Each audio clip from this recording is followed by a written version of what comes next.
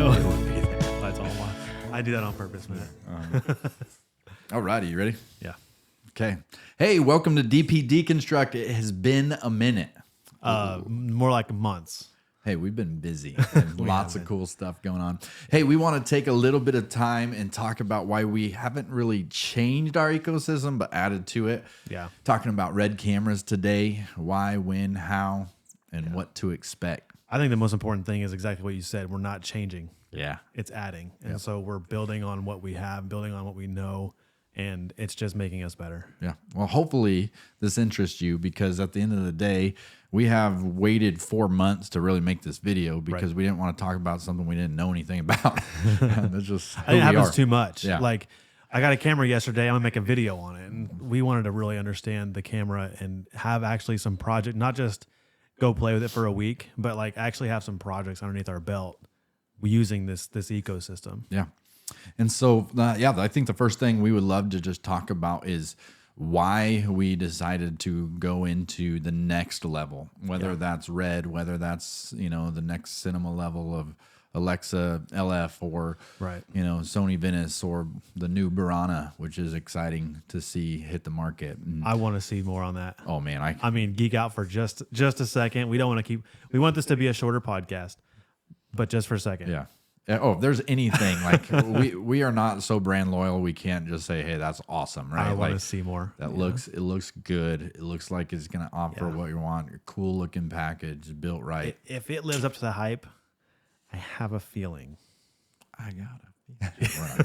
All right. So the Red ecosystem. Why'd we dive into this, bro? Well, when did we dive into it? First of all, well, I was thinking June, right? But then we thought back farther and farther and farther, and you're like, we had it at NAB. Yeah, and so I April, literally I got that to NAB. I was I picked it up at NAB, and we had gotten the Raptor like a week earlier, 2 weeks earlier. Yeah. So I think. If we start broad and go why, we can do either way, but if we break it down to the narrowest like niche, we've got it because we started doing film work. Yep. And so that was did our Restoring Dummies video really opened up a new avenue and world for us of something we want to do, of telling stories in a film in a film, more of a filmic way. Right. And then it opened up possibilities to work on film and short films. And so that's where we started to see because we talked about this camera months in advance, and decided to wait on it because it just didn't make sense to fit into the ecosystem we had right now. To change everything, RF lenses, how are you adapting this? Blah blah blah. It just didn't make sense. I would venture to say that if this was going to be the A cam, we still wouldn't have. Yeah, because I don't think it's worth it for an A cam. I think it makes a great B cam, but A cam, we won't get into that quite yet because that's good. But there's specific reasons why. Yeah. But let's just to really talk through the Red ecosystem as a whole and why you have to think through the next level of stuff. It's not just like, ooh, I got the money for a cool new camera. I know what it is like you are making a huge investment, changing your mentality. If you think you're going to grab this camera and shoot the exact same way you have been with fill in the blank, Canon, Sony, Panasonic, whatever, no, like that is not what these cameras are used for. Yep. And it really begins to change that. And I think that's why we said, like, we started working in a new realm. We were a little narrow, and then we broadened, and then you get into TV, you get into doc, you get into commercial work, and then all of a sudden you're like, film, like you need a little bit more out of your cameras. Right. And so I would say that's what ultimately got us into that. Now, need is not really the term. We wanted to be able to get the most out of it. I think you can still make a great film with something like an FX6 or even a built-out mirrorless, because Story does. Camera that used the FX3 for the entire. I don't know. Now I put us on the spot, and we both don't know. But the whole thing was filmed, and it's a major. It's been all over. Right, like you can, but for what we were wanting to get out of a film look, and with our interest in color grading and finishing films, or finishing projects. We did the same thing with 8-bit. Sony A7 IIIs, Canon, 5D Mark IIIs, two That was Sonys. before my time, man. I'm not old. Yeah, but then you utilize those and then you move on to the FX3, the FX6, the S3, all of the cameras, and we were like, oh man, look at what this is doing, because we begin to grow, and I truly believe that that is the ultimate test of when you need to go. When is that next level? You are using what you have to the full extent, and it's in some ways it's capping that out. So. Right. And so looking into this ecosystem, when we were first starting it, again, I wouldn't say it's a need, but for what the projects we were wanting to get, yes, I would say it's a need. But general public, if you don't go to what your goals are at the time, right? My goal at the time is not to record the next Top Gun, if there is a next Top Gun. But like right now, that's not my goal. I'm in 15, 20 years, maybe I want to do something like that. But right now, our goal is to make really awesome short films and do really high budget commercials. Yep. And so to fit that spectrum, this is what we needed. This is the tool for the job for that. Yeah. Those kind of projects. And before we get into the specs on why that is, we had to count the cost of going, when is it the right time to invest in that? And that was because, like I said, you don't just buy a camera brain and think it's good. You got a whole set of new lenses. You have your ins and outs and everything to make this camera work properly. It is a collaboration. It takes a team to really run these cameras properly, and it's no longer this single run and gun. Yes, you can do that from time to time, but that's really not how you get the most out of these cameras. And so no, that's more for a shot. Yeah, and we've not said for this, a like, film. This has made us better, and working together, being a team. You're not just hitting the red button and just pointing at everything. It's irritated us too. We've actually kind of gotten lippy with each other a few times. Yeah, because working more closely together, like opinions start to play more. Sure, it's kind of interesting, but it has made us working through those. The end result has been so much better. Yeah, that we're like, oh, we're both opinionated people, and that's gonna be a.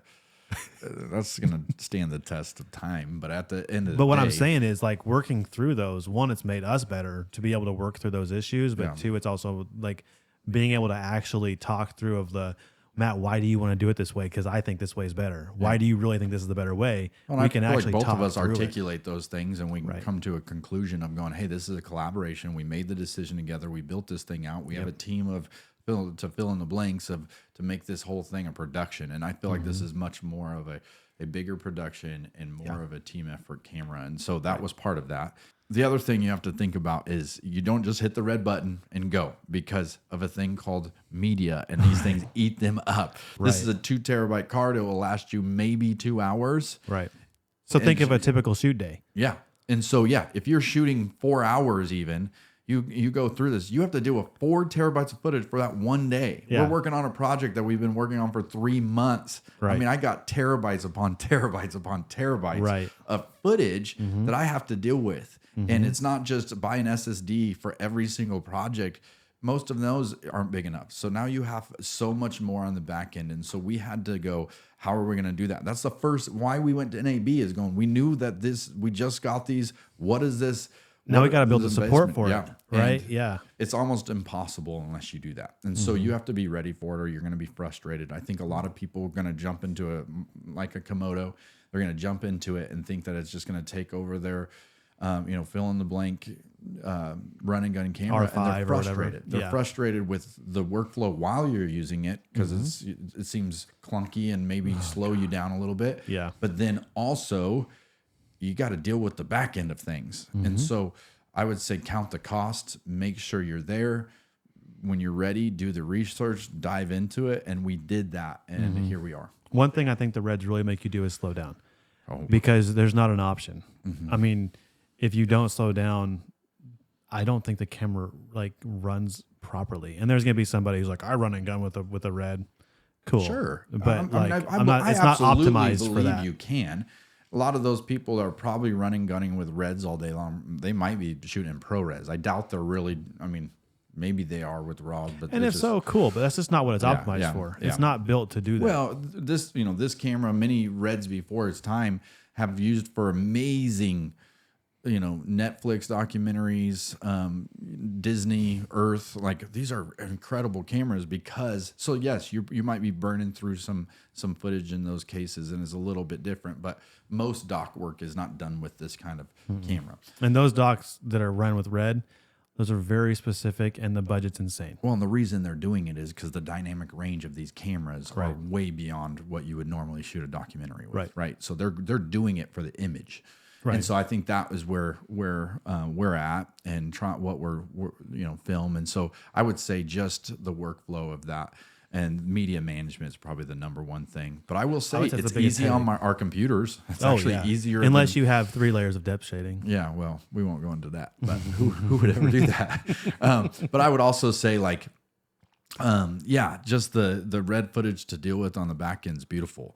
A raw file, if you don't know the difference between 10-bit and 12-bit or 16-bit file, is you can change your white balance in post production. And why that's important is maybe you get a shot in 10-bit and you're actually kind of like you're degrading that image to make it more warm or cool or to give it a look.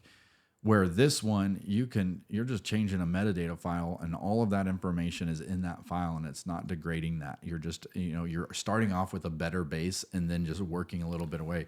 Well, that's the first thing about color grading or shooting in general. If the better you can get the shot in camera, the easier and the better your grade's going to be. Yeah. With a raw file, it makes it a lot easier to adjust your ISO if needed, adjust your Kelvin, your Kelvin if needed. Tint, you can all these things you can change to make it right from the get. Yeah. So that you're not having to degrade an image or change any kind of linear curves or whatever to make it get to where it's a good starting point. You start at a good starting point. And if there's one thing that made us change was that raw. Oh my gosh. Like raw in camera, full, and Red's known for that image quality that you get. Red Raw is famous for a reason. There's a reason they've patented it. There's a reason there. So to go into that, I would say, why do we go with these cameras? I'll let you start with the Komodo. I think we should start with the Raptor, though, because the Raptor's our A-cam. Okay. Well, and the reason I said that is because this was the one I talked about first. Yeah, you came to me and were like, "Hey, so should why we get was this camera?" I see. Okay. Well, I would say that the first reason I wanted to get it was because it was a toy. Yeah. If I'm being honest, I had because of Red Raw. Yeah, it's a toy. Yeah. I had an extra FX6. Yeah. And I was like, man, I can just swap this for a Komodo at the time. Somebody was offering. Somebody wanted me to do it, and so I was like, well.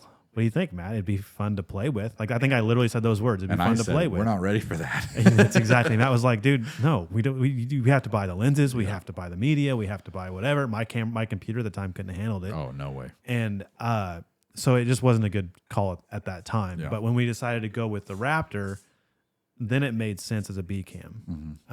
But do you want to go into the Raptor now? Yeah. You know the backstory of what? Yeah, that's perfect.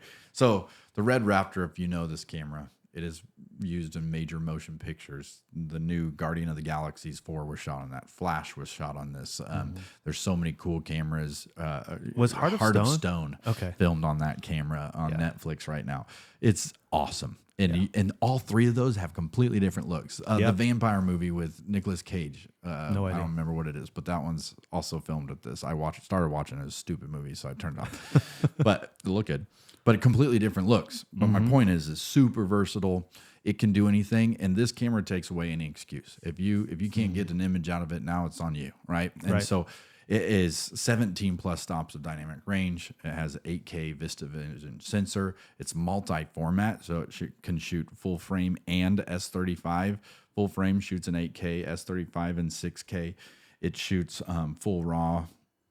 I don't know why you would use this camera for ProRes. Maybe if you were documentary shooting and capturing for long periods of time, maybe. And that's not how we're going to use it. It still gets beautiful color right into camera. So maybe you'd use that.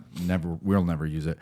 The amount of frame rates, I'm not even going to try to go over them, but you can shoot anything from 8K 120 all the way to 1080 600. You can shoot 4K 1000 frames in the weirdest crop formats, but if you were using it for specific science or whatever you wanted to do, you could do that. But the camera is super versatile. The highlight roll off is amazing. I can build any look, shot, whatever we want with that. And that was the main reason of going, we're starting to produce films. It's a team effort. We're trying to control environments, and you want the most out of our image to give it a look. You know, this file in post-production, when you start working in HDR, you can manipulate anything. And because we do so much color work, especially you know, commercial and film, this camera allows that narrow little bit, you know, we're there. There's no more excuses. I think there's no project we can't take on. Yeah. I mean, within reason. And I think 8K is gonna handle for a while. So. Yeah. I would say one big thing about the Raptor versus like our FX6 or even the Komodo versus our FX6 to where it is different. You see a lot on forums that the FX6 is as good as the Red or this one's better because of whatever. That's not the case. And to what you were That's saying earlier, who just doesn't know what they're talking about. Right. And I would say that especially the Raptor, the Komodo, I mean, both of them, if it's lit well with a Komodo, I think it's more important to light a scene very well with a Komodo than it is for the Raptor. But both of them, when people are like, I can get my FX6 to look that good, cool. But what we're talking about is what does it come out of camera looking like? Yeah. Which one's better? Because like I said, if you can start with a better starting point, you're going to be able to take away RAW. If you added the same adjustments to both, the Komodo is going to look better than the FX6. But is it worth the trade-off for the workflow during the shoot? To me, that's the biggest thing. The Komodo image is better. There's no arguing. I think if you have a team, yes. If you're trying to run and gun and just make that your one camera you use for everything, no. If I only had one camera, it would not be a Komodo. No way. Yeah. And if I had one camera, I don't even know if I would say it would be that one. It depends on the work we would do. I don't think it would be. I think if we had one camera, it'd probably be an FX6. Yeah. Well, and it's interesting because it comes down to what we've said before, like get the camera right for the job. You know, when I went to Africa, the FX6 is what you just said would be the main camera we would use for everything. But I chose the FX3 over that one because it made more sense. I could conceal it. I could make it smaller. I could make it handheld. I could make it, you know, rig it out and make it heavier and really work for me better. It worked great. And it had image stabilization in the middle of deserts that I didn't have to carry huge rigs and we didn't have any transport for it. Like it worked great. It was way more mobile. You know, that's the key to this is like get the camera for the job you're working in. I think that's what this camera, especially the Raptor, has done for us. Is it every time we've turned it on and we put an image on it, because we've spent the time, we've storyboarded, we've done the work, and then you see the reward of the image from this camera. Right. Yesterday we happened to be shooting in a tiny little space, and it was just me and you talking through a shoot. And by the time we left, we were like, we would have never got this without. I walked in like, what are you doing, Matt? Yeah. I think I almost said it like, hey. Aaron showed up late to the job. You see what I did there? Yeah. I was in meetings all day long, and I went straight there for my meetings. If in case we haven't ever said this, Matt handles a lot more of our film work. And I handle a lot more of the corporate day-to-day work, right? Yeah. And so I was doing the boring stuff, dealing with meetings, and Matt was getting, he had worked all day long, but after you got done. And I will say that we heard from our client late. Very late, yeah. But I just had to throw that out. I know you had to throw me on the bus, kick me. When I got there, I walked in, I kind of looked around at the setup, and I'm like, and Matt goes, man, dude, this looks great. And I was kind of like, I almost laughed because I thought you were kidding. And then you went to show it to the talent. And I was like, oh, he's not kidding. So I went over there, I walked, and I looked, and I was like, huh? Aaron's exact words were, that looks amazing. And I think that's what this camera has done. And in certain situations that aren't the like exactly ideal, it does have a certain look. And I hate the word cinematic, but I'd say filmatic. Like filmic. Like it has that look. The way the sensor reacts to movement. Yeah. It has such crazy readouts. The Raptor more than the Komodo too. Yeah. And it's something just, about when it. You look at it, you're just like, it's oh bonkers. my gosh. Yeah. And so every time we turn it on, Aaron just goes, we need another one. It's just like. We do, at least. But that new Sony, I'm telling you, that one, I'm curious. I agree. I'm curious. What do you want to go over next on it? I guess we talked about why we got the Raptor. Is there anything else? Yeah, real quick, on I that? would just say I said highlight roll off, but a lot of you can actually change some of those options in the camera if you wanted to. There's so much going on, and we'll talk about some of the struggles and some of the things we've had to like get our head around after this. But talk about a couple of the specs of and how we use this camera. Okay, so we bought this camera as a B cam to the Raptor. If it's a one camera shoot, typically we're going to use the Raptor. But there are times we do a lot of talking heads. A lot of our films, we have talking heads as like the structure of the film. At least the ones we're working on right now. That's kind of our style we're going for.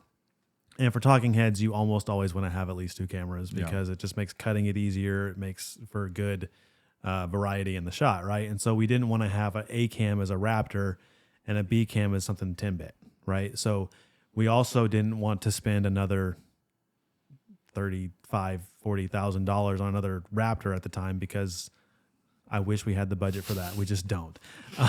And so the Komodo was a great option. If anybody wants to help us out with that. Hey, taking applications now for donations? donations. No, we don't even need applications. No, just send us the money. But no, we got this as a B cam initially, and then also it has a global shutter. That's one of them. I think that's probably the most interesting spec on the Komodo is with its form factor, the fact that it does have a global shutter, and the rolling shutter on the near global, is that what it's called, on the Raptor is amazing. You really can't tell a difference, but the Komodo does have a true global shutter. Yeah. And so that's really nice. 6K 19.9 megapixel image. It's not a good frame rate option camera. There's really only two frame rates that you could use, and I would really never even. I mean, I'm only ever going to shoot this in 24. Yeah. So it's just a good B cam. If we ever need to gimbal a camera, we're not going to throw that on a gimbal. We don't have a gimbal that can support it. So it would be this camera for gimbal work. That's going to go to accentuate our A cam. If we're running an A cam, typically, if we're on the Dana Dolly or if we're on tripod or if we're easy rigging, typically it's going to be this camera. Yeah. Anything because the lower light is too is just right. That's important.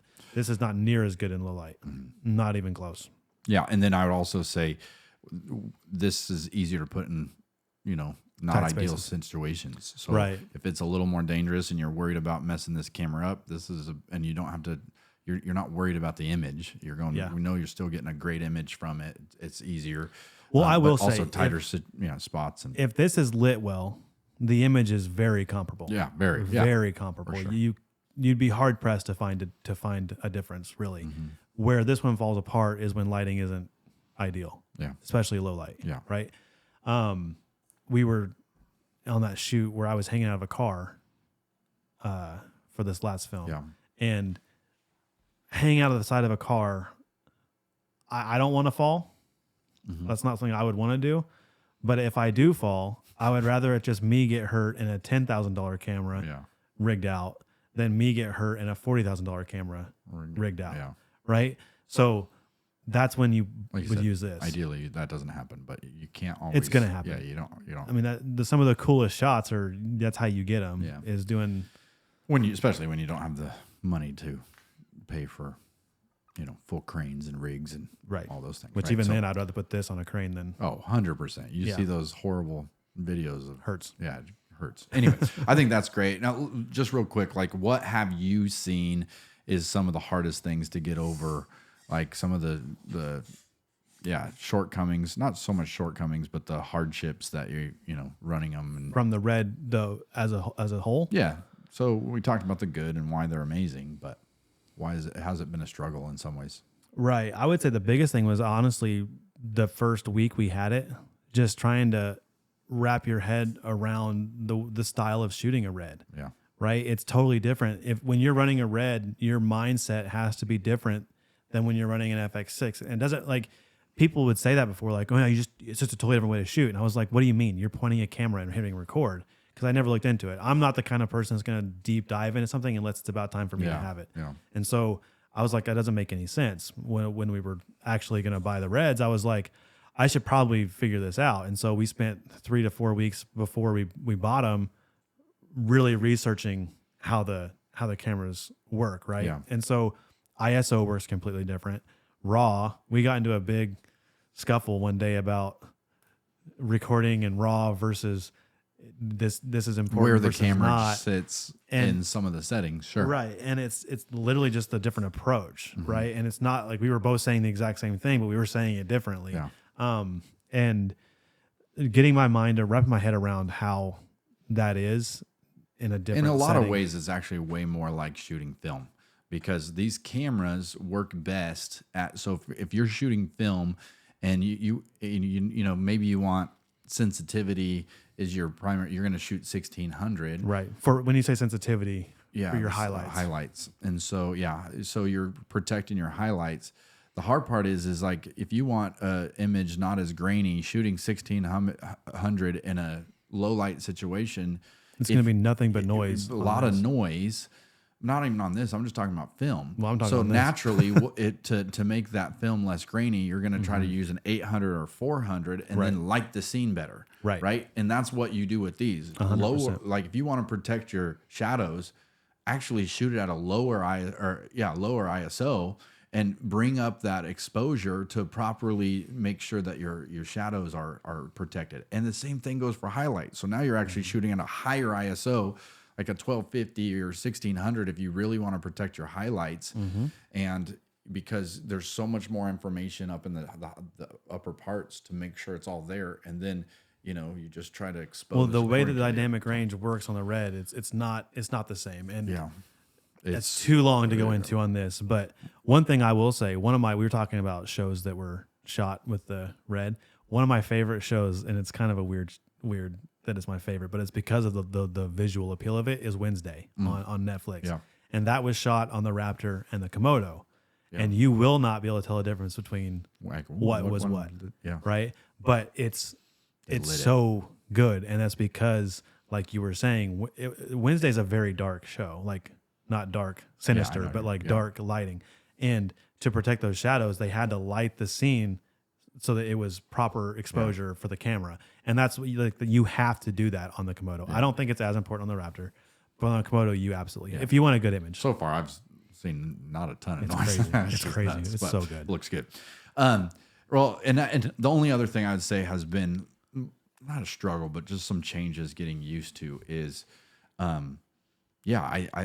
it's what's made us better is we collaborate on everything. It's not, if I run this camera by myself, it's a little more difficult and hard. We talked about it earlier. Is like, we had one where we shot for a client outdoors, and the first time we really did it, there was a little bit of frustration, and it was not so much because of the camera, but it was the clunkiness that everything coming together was not spending time. We run this Tilta with this, and the Tilta kept getting, but usually you just be like, I'm going to autofocus this one because it works really well. Well, now we're running pure manual lenses. It has 300-degree focus throw. You can't turn it that hard. So now you're running a, focus assist of, something. And so we're running the Tilta, hitting wrong buttons. And it was just a little bit more like, it's easier to run a team. I'm not just the only one doing this. I'm the guy making sure the shot looks incredible, and I'm focused on that. I have, Aaron's pulling focus and really looking at that. We're both collaborating on what's best for the image. It's just made us better shooters, but it's just different. And so it's not so much a struggle, but it's going like, you can't go. I've seen so many forums where I was like, oh, that thing just does it. It's clunky. It's horrible. No, it's just not. That's not the camera for you. It's not the camera for the job that you need. The most annoying thing about the Komodo, do you have any idea what it is? There's one thing to me that I hate about the Komodo, and I won't. The original Komodo. I just gave it away. Oh, the original. DSMC2. Oh, yeah. Sorry. So the most annoying thing about the Komodo, the original Komodo, the new Komodo X, they've fixed this, but the original Komodo has an SDI protocol that if you don't follow the SDI protocol, you can blow it will burn out your SDI, and that's like a $3,000. Now you don't have an external monitor. Like, that's horrible. Right. And that monitor is terrible. Yeah. So I think that really covers it. I think we would go into, the only thing is that it's also changed how we price projects. Like, we don't just show up with these because we own them. No. Like, it takes quite the opposite. It takes the budget for it. Well, we still, if all things are the same, we still prefer.